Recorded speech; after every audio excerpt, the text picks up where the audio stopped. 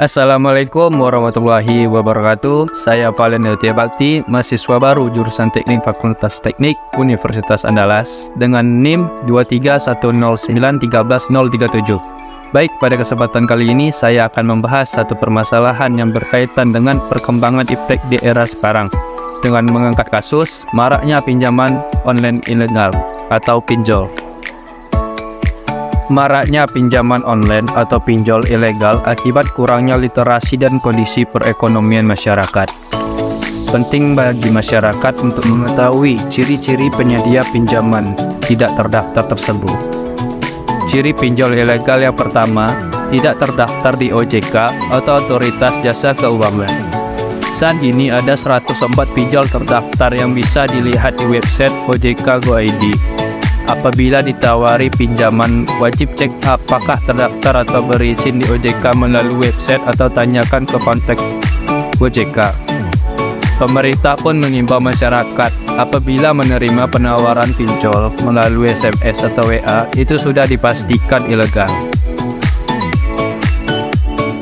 Baiklah, saya akan menjawab beberapa pertanyaan yang telah terpilih. 1. Apa saja faktor yang mempengaruhi seseorang untuk terlibat dalam pinjaman online ilegal? A.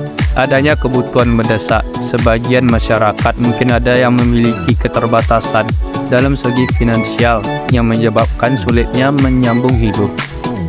Rata-rata masyarakat berpenghasilan rendah memiliki kebutuhan mendesak yang perlu mereka penuhi untuk memenuhi kebutuhan dasar, seperti membeli bahan makanan, biaya sekolah anak, dan sebagainya.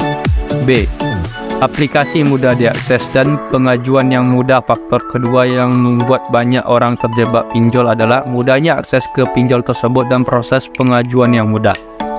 Apalagi pinjaman online ilegal sering menawarkan banyak kemudahan seperti tidak adanya jaminan, hanya membutuhkan KTP dan foto selfie, pencairan yang cepat, dan sebagainya. 2. Apa dampak negatif yang ditimbulkan akibat terlibat dalam pinjaman online ilegal? 1. Bunga terlalu tinggi. 2. Penagihan dilakukan tidak hanya kepada konsumen, tetapi juga kontak darurat yang disertakan oleh konsumen. 3. Ancaman dapat berupa penipuan, fitnah, juga pelecehan seksual. 4. Data pribadi konsumen disebarluaskan. 5. Kontak yang ada pada gawai pinjam disebarkan terkait informasi pinjaman disertai foto peminjamnya. 3. Bagaimana cara menghindari agar tidak terlibat dalam pinjaman online ilegal, serta solusi apabila sudah terlibat pinjaman online ilegal. 1. Cek legalitas pinjol sebelum menerima tawaran pinjaman online. Pastikan dulu pinjaman online atau finance lending tersebut telah terdaftar dan berizin di OJK.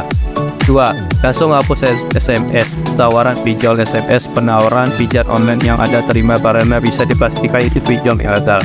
3. Jaga data pribadi. Selalu waspada menjaga data pribadi Anda. Hindari mengunduh secara sembarangan aplikasi dan mengunduh KTP atau data pribadi sosial. Dan solusi apabila sudah terlibat pinjaman online ilegal. 1. Segera melunasi pinjaman yang Anda ajukan. Apabila tidak mampu, lakukan negosiasi atau rekonstruksi seperti perpanjangan waktu pinjaman. 2. Jangan gali lubang tutup lubang atau meminjam untuk melunasi pinjaman. 3. Blokir nomor telepon yang melakukan penagihan secara tidak beretika. 4. Melapor ke Otoritas Jasa Keuangan atau OJK dan polisi agar dilakukan pemblokiran terhadap pinjol tersebut. Sekian penjelasan yang dapat saya sampaikan. Jika ada kata-kata kesalahan, saya mohon maaf. Wassalamualaikum warahmatullahi wabarakatuh.